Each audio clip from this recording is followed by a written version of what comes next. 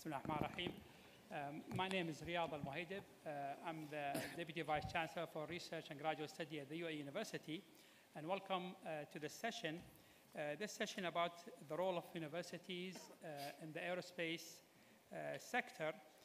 And with us, we have a panel to help us explore the role of universities and all the aspects that can go with that. Really a special panel with us. We start with, on my left, Mr. Terry Domas, right? Yeah, hello. Hello. Terry brings a unique experience. He's a managing director of Thales University Solutions. He's from industry, yet his area is about working on training programs, academic programs, and his unit helps design, build, and operate technical training institutes and academies worldwide. And he has, of course, 40 years experience. I don't want to say how old are you right now, but that's what your CV says. It's a 40-year experience in managing corporate university relationships, designing client-specific training solutions, talent management, and related fields. Next is, all of you know already, I'm sure, is Professor Todd Larson. Todd is he's president of course, Khalifa University for Science, Technology, and Research, and he's both, his area of expertise in, I would say, mechanics. That'd be correct to say. Okay, computational mechanics. He's been involved in research and then of course as a senior administrator right now for Khalifa University. Of course, Khalifa University is a predominantly engineering and information technology university, and they have established certain capabilities in aerospace and in communication and in related research areas.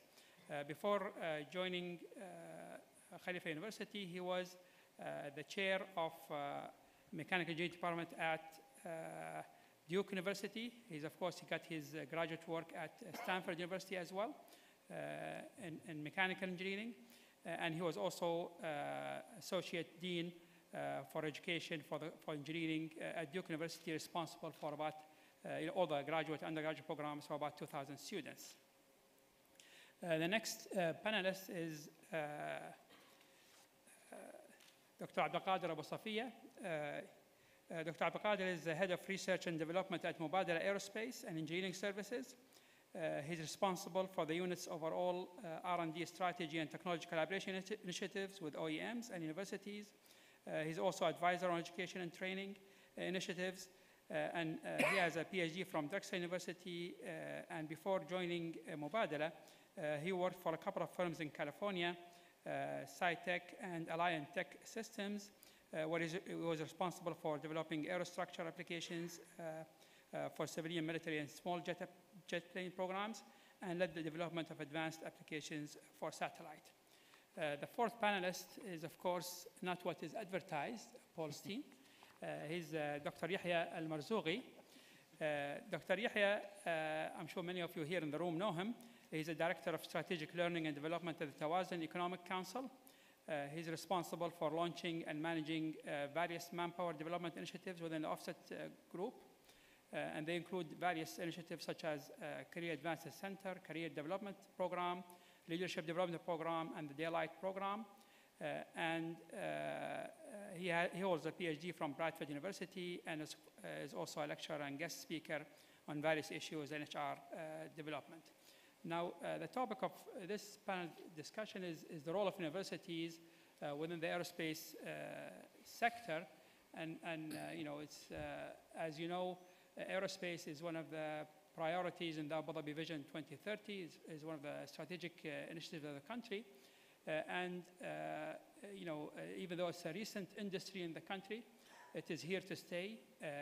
And collaboration with universities will help, of course, sustain the industry with the talent that the industry requires in the longer term, which many of you, if you're the morning session, you've heard the keynote speakers talk to or speak about, about how to generate the talent, how to bring more Emiratis into the workforce here, how to train and develop the Emiratis within the workforce, and also, in terms of universities, how can we bring universities into the R&D plans of the aerospace entities?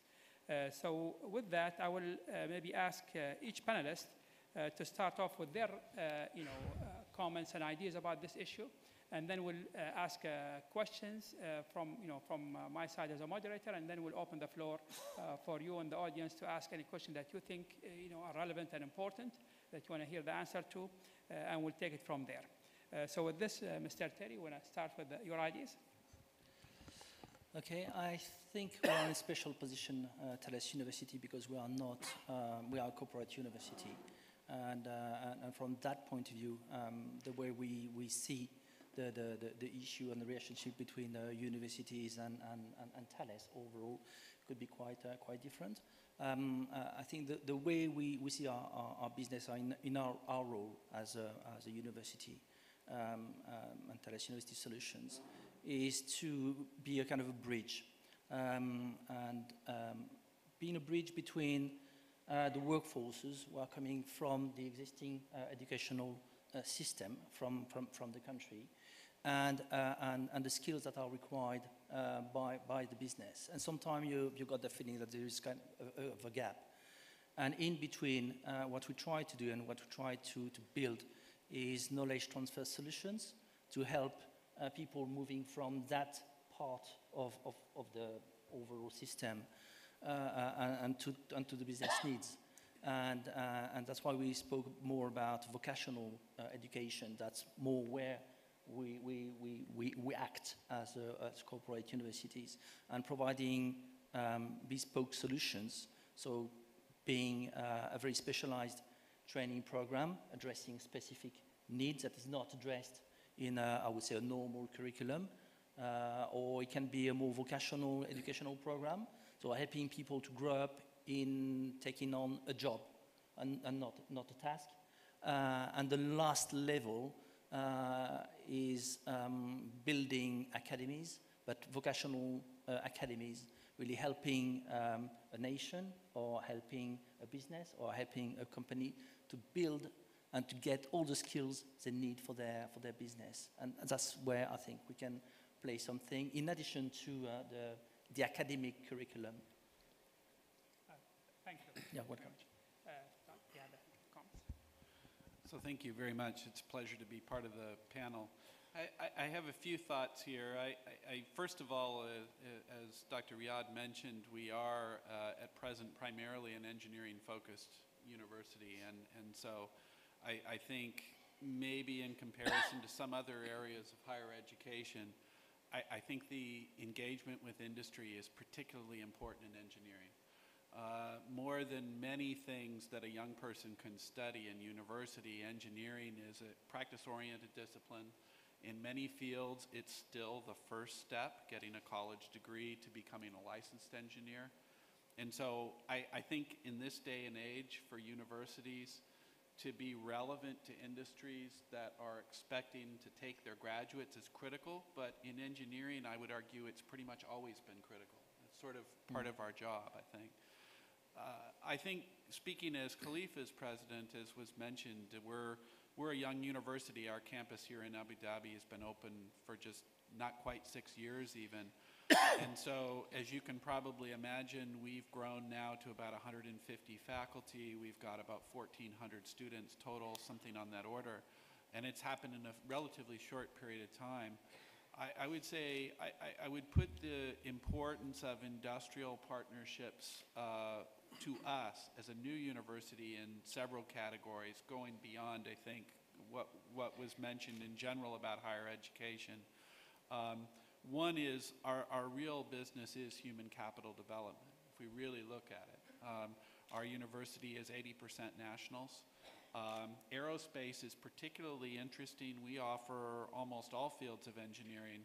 But if you think about it, and in fact, Reyadh, you even mentioned it in your introduction, aerospace is relatively new in this region, right? And so if you speak with a young person and you're talking about electronics or civil or something like that, they're going to know what that is. There's a pretty good chance maybe that they've had a family member or somebody they look up to who's worked in one of those fields.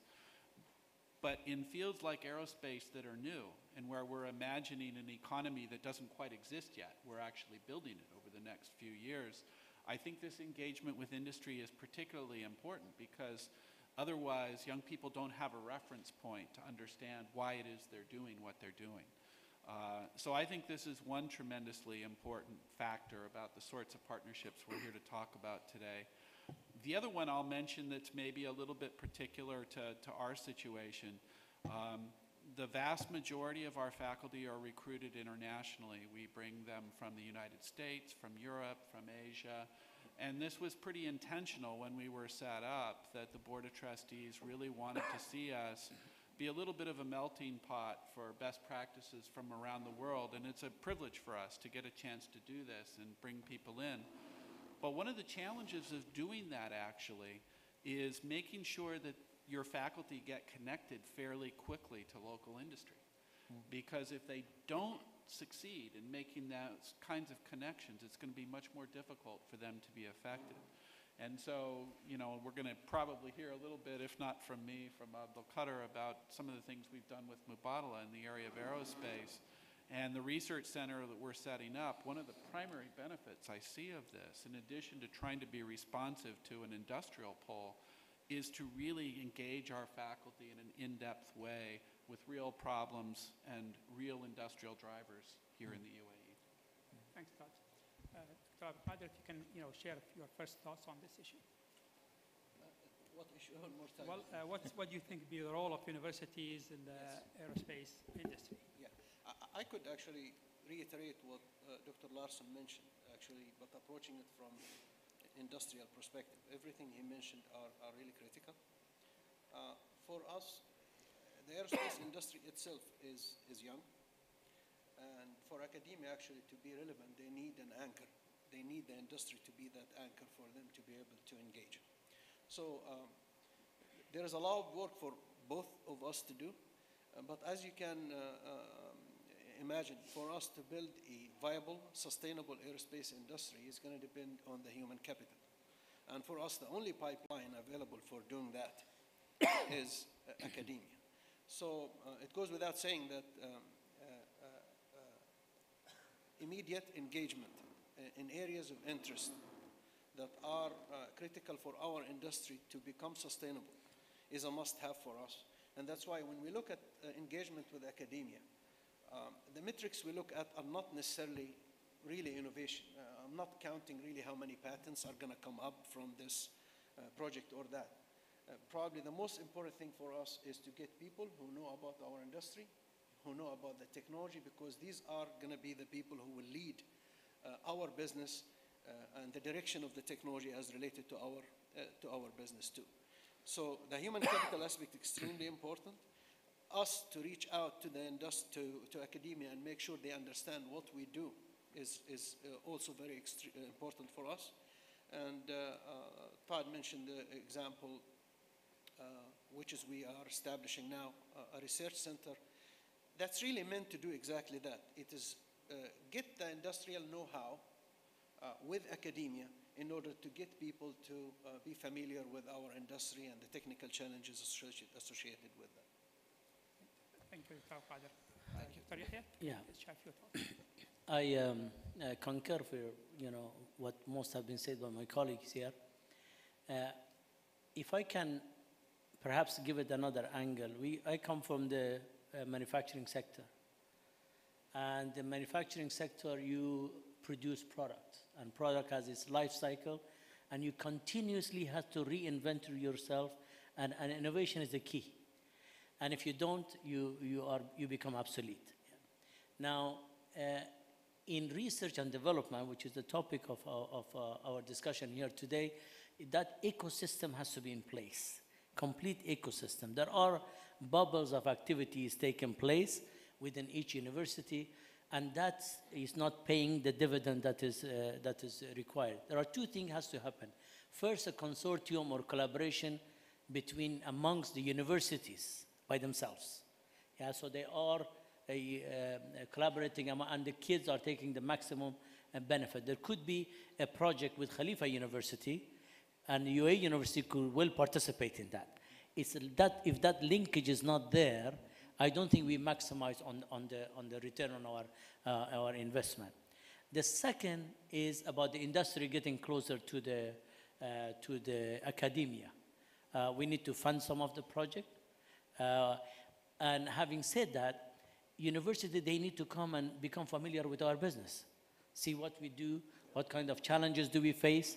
It's just in real life. You know, we don't know what capacity and what capability exists and where. And I'm sure it is within the country, but we are not aware of it.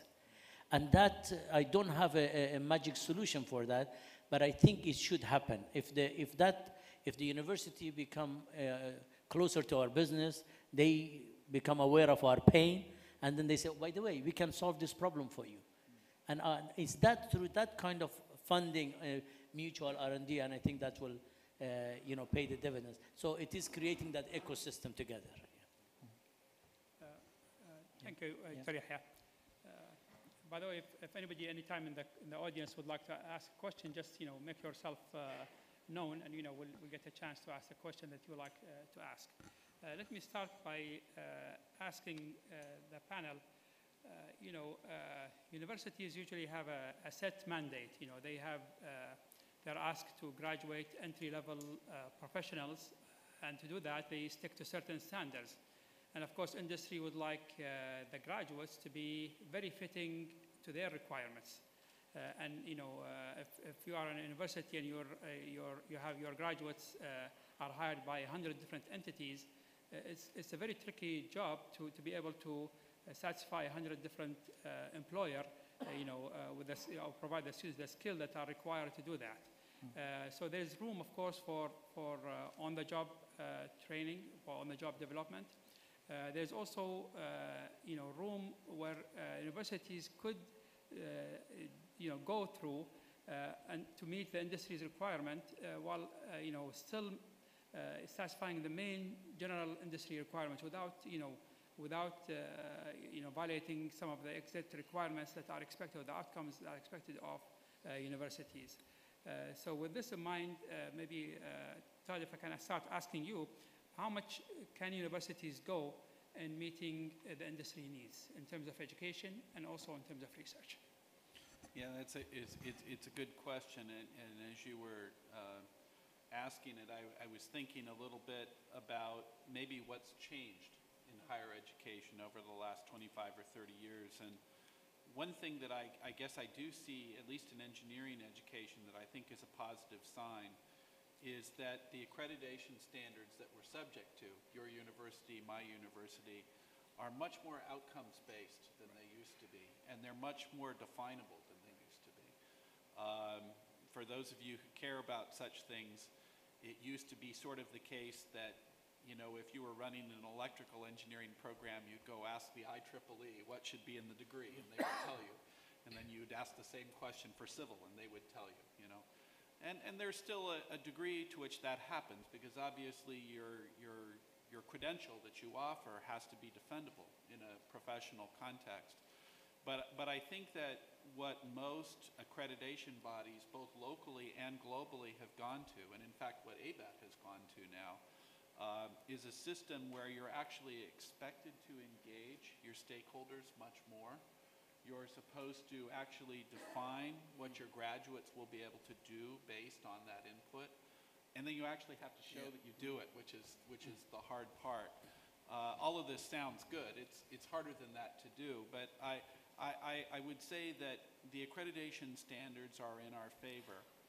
I think our biggest challenge, if I sort of put it that way, is that every employer survey I have done here, and actually in the States too, in my days as an academic dean, we're always asking employers, okay, you've hired our guys and young women, what are your impressions? Where are they strong? Where are they weak? What needs to change? And it seems as though the comment that I feel like I've gotten the most often is they need more business skills. They need more organizational skills. Their people skills need to be better. Now, this could be an interesting topic for those of you who are actually working in industry. This is what employers oftentimes tell universities they would like to see. And I think one of our challenge, it still remains the case, whether you're an aerospace engineer, mechanical engineer, whatever, there is a tremendous amount of science, engineering science, design expertise that you have to learn. And it is a little bit of a zero-sum game sometimes. And so I do think that one of the things we struggle with, and we recognize that this is important, students need to become more entrepreneurial, they need to have this kind of experience too, in addition to the technical skills. But I think we do find, if we're honest with ourselves, sometimes the amount of time in 4 years is finite. It's difficult to fit it all in. Thank you. Terry, if I might ask you a different question, because in your area of expertise, you take care of vocational education. Yeah. And also you take care, you're an industry, yet you are also an academy as well. So what do you think, industry, what's the role, where does the role of industry start, and where does the role of universities maybe end in terms of education? And what do you think the industry should be doing in terms, of preparing the young people for their future careers? Okay, I'm going to build up on what Todd said. Actually, I don't think that the universities or the academic system will be able to address 100% of the needs of the industry. When you've got a young graduate coming from whatever, I used to say that he's got only 1/3 of what is needed. The rest has to be built through a human capital system. And I'm glad to hear that we are talking about human capital. I heard that this morning from Tawazun, and I was very happy to hear this kind of idea. But human capital is not just a one-off solution with a diploma and then off you go. It is something more sustainable that you have to build, starting with a diploma, but then having on-the-job training, maybe coaching, maybe mentoring, maybe self-studying. And as you build something on, then at the end, you're going to have an efficient guy in your team who can perform the job. So, and that the ultimate, I think, goal is to have people performing in their job. And the role of the vocational education is to provide ways to help people developing themselves, not only during classroom training, but also providing e-learning, self-studying, all the means. And I think in the future, I would be happy to be in that stage again, to see the impact of the massive open online courses that will, I think, bring huge changes on the way today we see education, and we see vocational education, by the way. And I think that's something we need to take into account right now. Thank you, Terry. Yeah. Maybe I ask both Abdelkader and Yahya, because you're looking from the industrial side. Yes, the universities, of course, have to attend to industry's needs, and industry, the aerospace industry is young in this country, and you've been working to develop different programs where you can engage the universities in this endeavor. So what do you think from your perspective, where are we right now? Are we, getting close? Are we preparing the young talent of the country? Is there are ways, what do you think, where can we go further from here as we go develop, the manpower for the industry? Maybe. That's a very good and tough question. That's $1 million question. Yeah. I think if I can, arrows are pointing in right directions. Yes. I think there has been some good work and much more to be done.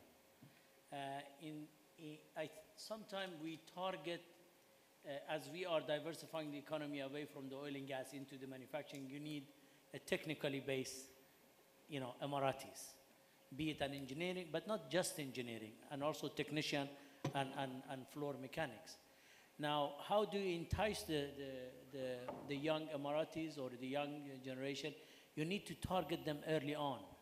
Not, I attended your ENGEX, Engineering Exhibition and Environmental at UA University, And I talked to the student about the opportunity in the manufacturing sector. And all of them, after the presentation, they came to me, they say, I wish I had this information before I graduated from high school. So there is a shortfall from the industry. We are not doing enough. We need to reach this kid, not at the high school level, but perhaps at the elementary level, where we can entice them into the STEM, science, technology, engineering, and math, in a fun way, in a fun way. Now, back to your question, how are we doing? There are a sporadic attempt has been made. We, in Tawazun, for example, micro-skilling was very high on our agenda. I don't know if some of you are aware of our Daylight project, where we have taken 50 females who left high school for some personal or family reason. We brought them to the company with their family, and we said, this is the environment your daughter will be working in, them and their parents. And then we exposed them, and I said, if you want to sign up for the program, this is a 6 months training program that your daughter has to go through. And then they all told us, but your plant work 24 hours. We will not allow our daughter to work at night. And so we called the project the Daylight, Dawn Nahar. So we said, your daughter can only work from sunrise to sunset. And we did 2 shifts, and I'm proud to say that we have 47 of the 50 we took. They are working on assembly line. Last month, more than 36 of them, they passed City and Guild level 2 with distinction. So I think sometimes the limitation is our mind, yeah? And there are some perceptions that we need to resist. And be also, it requires a lot of hard work, continuous follow-up. On the other side, I have some difficulty when we send people on a scholarship, and it should be linked with the industry requirement. It's not that they go on a scholarship abroad, we spend sums of money, they come back, and currently 21% of those, they cannot find a job. So you don't send people on a scholarship to add to unemployment. That is the wastage of resources.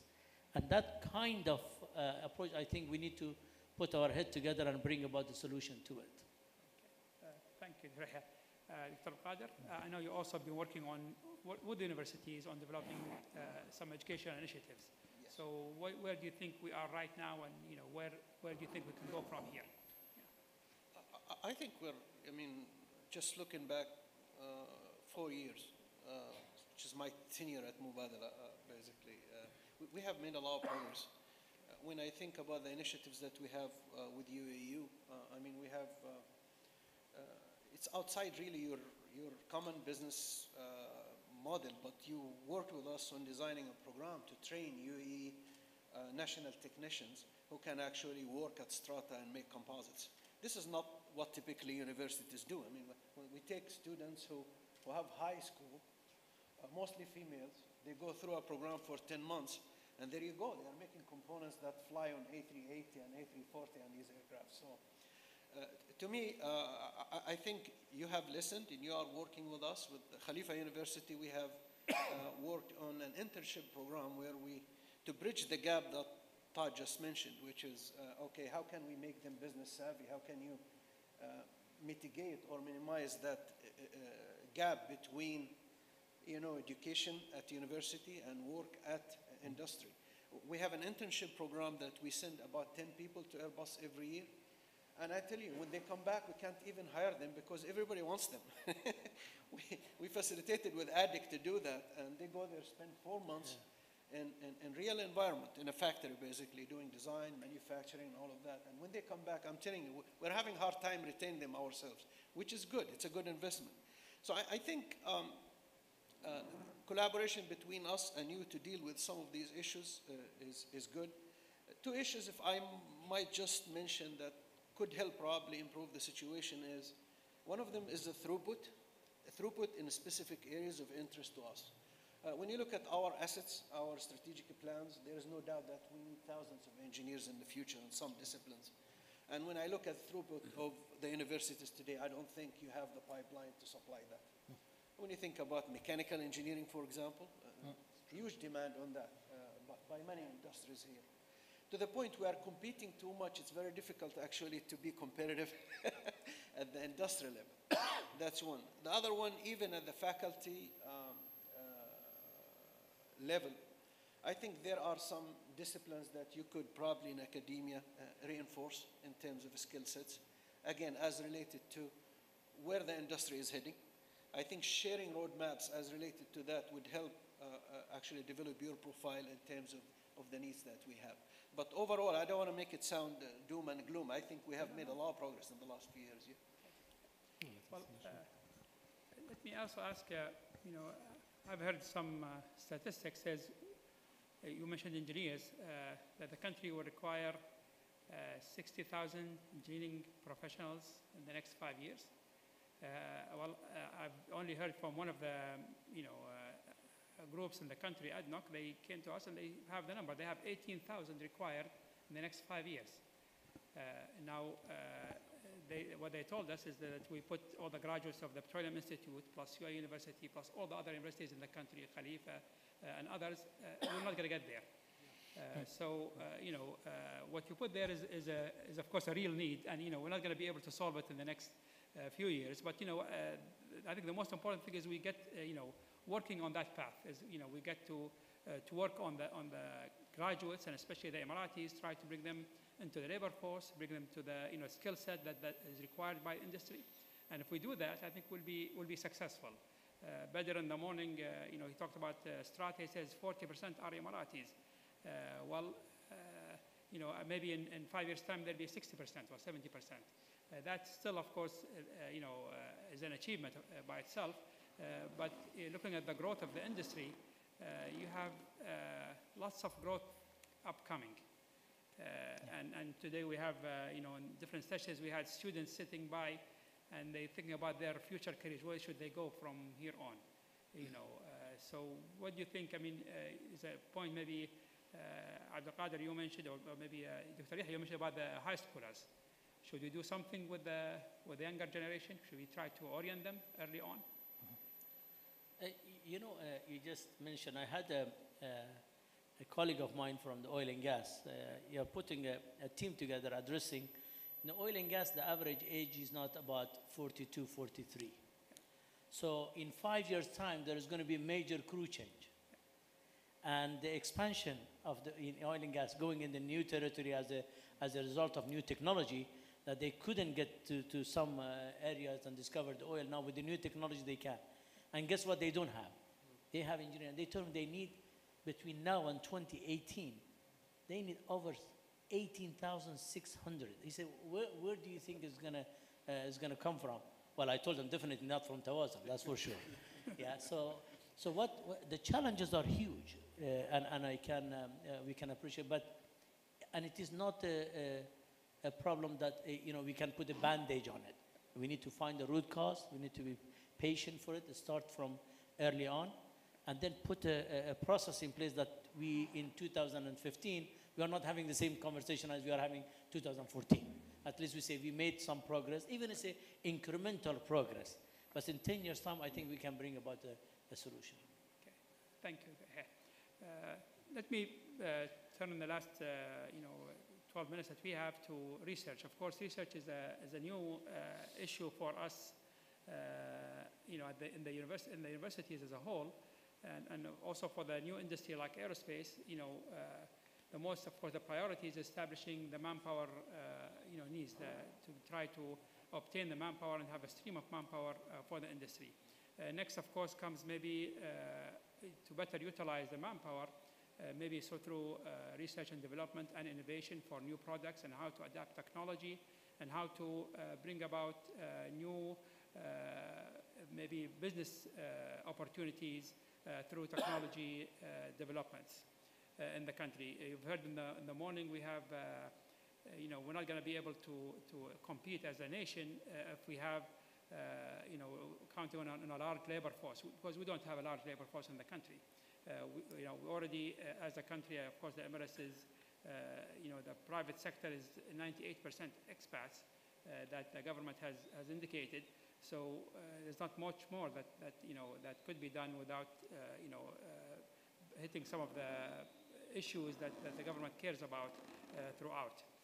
So with that, you know, for research and development, Are there any obstacles to research? Let me ask with Dr. Abdelkader. Do you think there are any obstacles to research and development within the country that we can, maybe establish and utilize the talent that's available, both Emiratis and non-Emiratis to, develop the industry here? I mean, again, starting by saying that we are at early stage of this journey. I think we have a lot of challenges. If I have to probably sum them, maybe 3 main challenges, I would think. Now, you see this panel, you see academia represented, you see industry represented. There has to be a third party also facilitating this, and it's missing. That by itself is an issue, in my opinion. In any successful research collaboration, there are 3 elements that have to come together. You have to have academia, and you have to have industry, and also some entity that has the mandate to facilitate that relationship. You think about the European framework programs, how do these programs get initiated or facilitated? Clearly, we don't have an entity that has that clear mandate to bring us together and facilitate that. I'm not only talking about funding, I'm talking about just the whole process of facilitating these research programs to allow us to do what we need. Policies, for example. That's one. The other one is what Todd just mentioned, is lack of probably uniform best practices as related. How do you set an R&D program with universities? For us, it's almost a new experience every time we start a program with a different university. We have to go through the learning curve. How do you put the structure of the program? How do you manage the program? What KPIs you define? What financials do you track? And the third one, as I alluded to, is I don't think we have all the skill sets that we need within academia now to do the research that is needed for the industry. I would say these are the 3 main ones that come to my mind. Okay. And if I can follow up on that, you think industry can help in that? I mean, you said the third member is missing from this panel, of course. So no answers could be, at least be provided in this discussion. So in the absence of that, I mean, within the universities, actually the government funds universities to do research as well as education. At least some part of the funding is dedicated to research. Can industry help in that? Because, industry actually can outline the path to what the technologies that are required by industry. At least, if that's outlined, then the faculty, researchers, and graduate students can, kind of go through that path. So, any thoughts on that? Question from you? Well, either Dr. Yahya or yourself. Dr. Yahya. I think, Dr. Abdelkader said this, it requires, and Dr. Todd, Professor Todd said that it required, that the government should step in, have a proper policy and procedure. I know that they do fund the university so the student can carry research.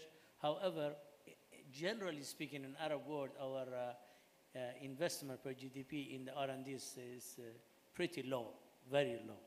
It's even not, we cannot mention. So that has to be debated. The 3 parties, the industry, academia, and the government need to sit around the table. How can we influence that? I think if we can focus on the area that we can influence, academia as well as the industry, and plant that seed. It's going to be painstaking, and create that consortium among the academia. And once the government see some fruit of that, perhaps they are going to be more encouraged to step in. Yeah, because if you bring the government initially in, it might slow down the process than speed up the process. Dr. Abdelkader, may I also ask you maybe, typically issues between industry and academia is IP. Yeah. I think we have that issue all done. Yeah. I think there is generally a hype around IP. The minute the question of IP comes up, lawyers raise their antennas, and all of a sudden it becomes a contentious issue. Who wants to own the IP? I think we have done actually IP negotiations with you, Doc. We did the same thing with Khalifa University, and we did the same thing with Masdar. And I can tell you is that if you put things in perspective, it doesn't have to be like that. I think we from Mubadala, for example, understand that as much as we want to develop our IP portfolio in terms of the know-how, the patents, and everything we want, we also realize academia would like also to develop their own portfolio, to be able to publish, to be able to have their own IP in forms of patents and publications and things like that. I think there is a common ground there based on the experience we had with you and with Khalifa University, which is in simple terms, whatever is yours, whatever ours is ours. Whatever we develop together is actually something that we can share the benefits of. And that model can actually work very well. So to me, again, once you leave it to the lawyers, trust me, it's going to be a very difficult discussion, but a commercial or another decision has to be made to say, you know what, let's put things in perspective. At this stage of our evolution, IB is not really a big deal, especially when you are talking about TRL 1 to 3. This is not a specific configuration that's flying on an aircraft at this point where you have to insist on owning the IP. So to me, there is a common ground, Doctor, and I think we have practiced that with you and with Khalifa University, and it can work. Yeah. By the way, anybody in the audience would like to ask a question, please, just make yourself known, just if you like, if you have anything on your mind that you like, yes, please go ahead.